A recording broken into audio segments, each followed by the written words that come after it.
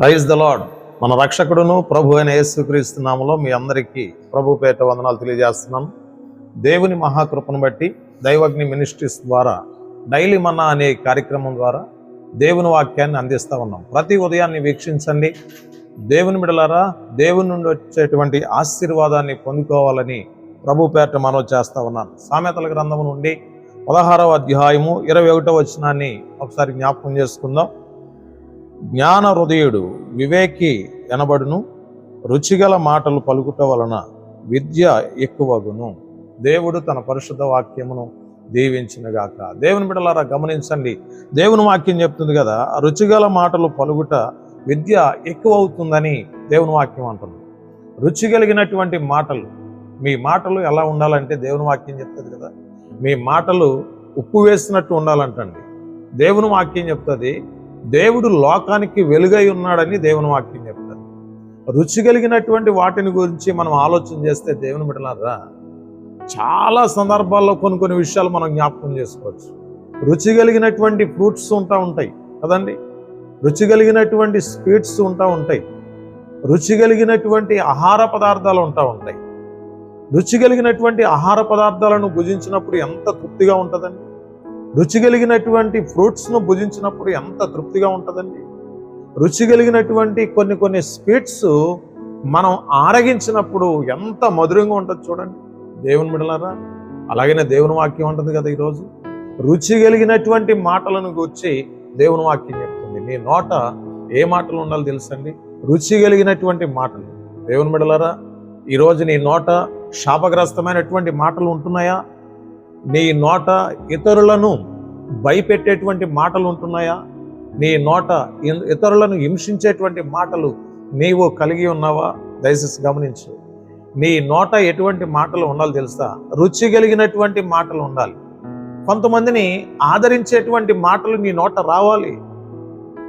కొంతమందిని ధైర్యపరిచేటువంటి మాటలు నీ నోట రావాలి. కొంతమంది మాట్లాడుతూ ఉంటారండి. కొంతమంది మాట్లాడినప్పుడు కొంతమంది ఏం చేస్తారంటే కృంగిపోతూ ఉంటారు, నలిగిపోతూ ఉంటారు, భయపడుతూ ఉంటారు, వేదన పడుతూ ఉంటారు, చింతకి గురైపోతూ ఉంటారు. కొన్ని సందర్భాల్లో కొంతమంది మాట్లాడినప్పుడు కొంతమందికి దేవుని బిడ్డలారా రాత్రులు కూడా నిద్ర పట్టదండి. అటువంటి మహాభయంకరమైనటువంటి మాటలు వల్లిస్తూ ఉంటారు. ఆ మాటలు ఏంటి తెలుసా? కత్తిపోటు లాంటి మాటలండి. దేవుని బిడ్డలారా గమనించండి, దేవుని వాక్యం అంటుంది కదా, నీ నోట రుచి కలిగినటువంటి మాటలు ఉండాలి. నీవు నీ భర్తతో మాట్లాడుతున్నప్పుడు రుచికరమైనటువంటి మాటలు మాట్లాడడానికి ప్రయత్నం చేయి. నీవు నీ భార్యతో మాట్లాడుతున్నప్పుడు రుచి కలిగినటువంటి మాటలు మాట్లాడడానికి ప్రయత్నం చేయి. నీవు నీ స్నేహితులతో కానీ, నీ బంధువులతో కానీ, నీ రక్త సంబంధులతో కానీ, నీ ఇరుగు పొరుగు వారితో కానీ దేవుని బిడ్డలారా, నువ్వు మాట్లాడుతున్నప్పుడు నీ మాటలు ఎలా ఉండాలి తెలుసా? రుచికరమైనటువంటి మాటలు, మేలుకరమైనటువంటి మాటలు నీ నోట ఉండాలని దేవుని వాక్యం చెప్తా ఉంది. ఈరోజు నువ్వు ఎవరివైనా కానీ దేవుని బిడ్డలారా, నీ నోట రుచికరమైన మాటలు ఉండటం వలన అనేకులకు ఆశీర్వాదకరంగా ఉంటుంది. ఈరోజు వాక్యం వింటున్నావు కదా, ఈరోజు వాక్యం దగ్గరికి వస్తున్నావు కదా, ఈరోజు పరిశుద్ధ స్థలంలోనికి వస్తున్నావు కదా, దేవుని వాక్యం వింటున్నావు కదా, నీ నోట ఎటువంటి మాటలు ఉండాలి తెలుసా?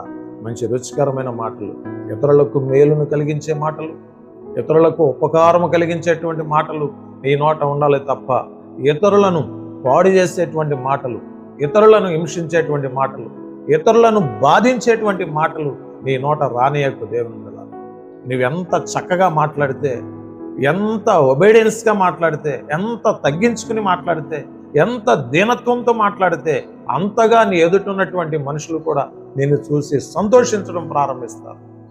ఈరోజు వాక్యం చెప్తుంది కదా, రుచికరమైనటువంటి మాటలు నీలో ఉండటం వలన నీకు విద్య ఎక్కువ అవుతుంది, జ్ఞానం ఎక్కువ అవుతుంది.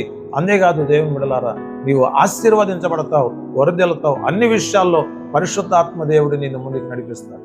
నీ కొరకు, నీ కుటుంబం కొరకు నేను ప్రార్థన చేయాలని ఆశపడుతున్నాను. ప్రార్థన చేసుకుందాం. తలలో ఉంచండి.